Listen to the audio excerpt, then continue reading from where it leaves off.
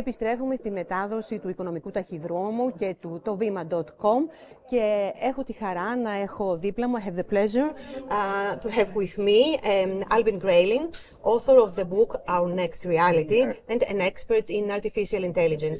Thank you so much for being here with us. Thank you for inviting me, Odin. Well, Alvin, people are often afraid of change. Yes. Over the last 100 years, technology has drastically altered our world. In your book, Our Next Reality, you provide a deeply thoughtful exploration of the possible impacts that AI will have on our lives. Should we be more afraid than ever? It's a complex question because I think there are two possible futures, and it is not determined. And which path it goes depends on how we act as a society, how our leaders act, how our corporate leaders act, our policymakers act. And so if they act properly, I think we have an amazing future ahead of us that is going to be the sci-fi utopia we see in movies and books.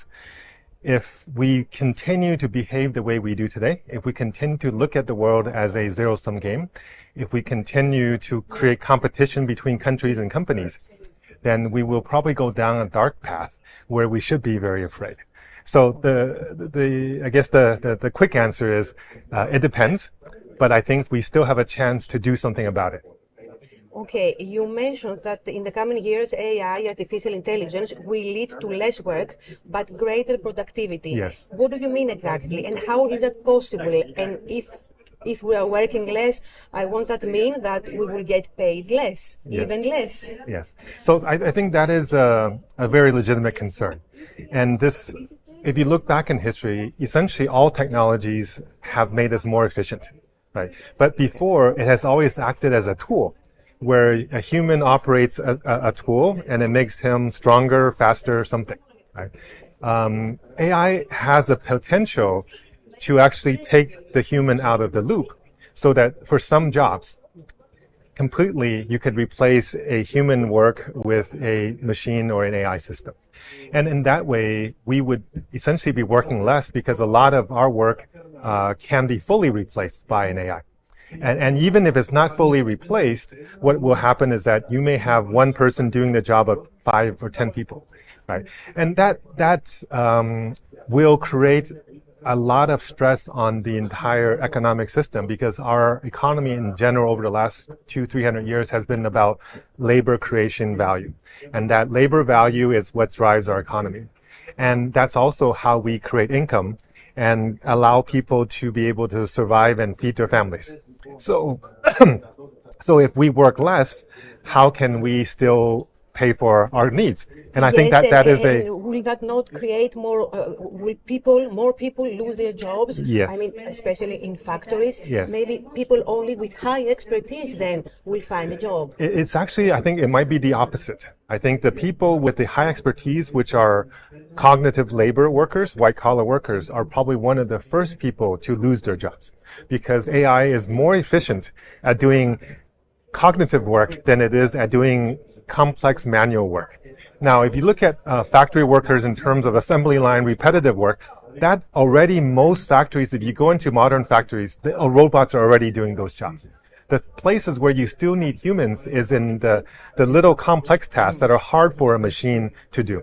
So the things that probably has the most job stability are things like plumbers or carpenters or mechanics, things that are in dynamic systems with special skills and requires extra dexterity, which machines will take significant amount of time to replace. Now, then this goes back to the first question, is should we be afraid and what do we do about it? And the reality is that we will have significant job displacement. We're going to have 30, 40, 50% of our jobs being replaced by AI because in developed markets, about 60, 65% of jobs are white collar work, cognitive work. Those will eventually, and probably faster than most people think, be replaced. Now, the issue is what can the government do to help support this? And I think the concept of UBI has been talked about, the universal basic income, has been talked about for many years. And there really has not been an impetus to make that a reality for a large part of the world. And I think the coming displacement that we will see en masse will create that impetus. And the efficiency that are going to be driven by AI workers and AI automation will actually be able to fund it, because it will be able to create the productivity gains that you need to fund the lifestyles of the people who will be put onto UBI. Right? So it's not going to be a smooth transition. No. As it always is with technology, I think, and in the past years. Now, can artificial intelligence pose a threat to our democracy, to our freedoms? I think there's been a lot of talk, particularly last year or two, because of all the elections and people talking about deep fakes and how this is going to manipulate, how people vote. We've not seen that, right? I think what's happening is that because the trust level of people on what's online and what they see, the level of trust in media, the level of trust in social media, the level of trust in emails have gone down so much that people now no longer believe what they see. So I don't think that the threat on democracy is as big of an issue. Now, the threat of manipulation, the threat of making us want to buy something, I think that is a real threat. So the agency of the human to make your choices, I think that will actually be a bigger problem in terms of advertisers who will more and more understand you because of your digital footprint everywhere in the world. That it will know what you like, how you make decisions, who your family are, what type of sports you play, and be able to create one-to-one custom messages to an individual to be able to make them buy things, to make them do things.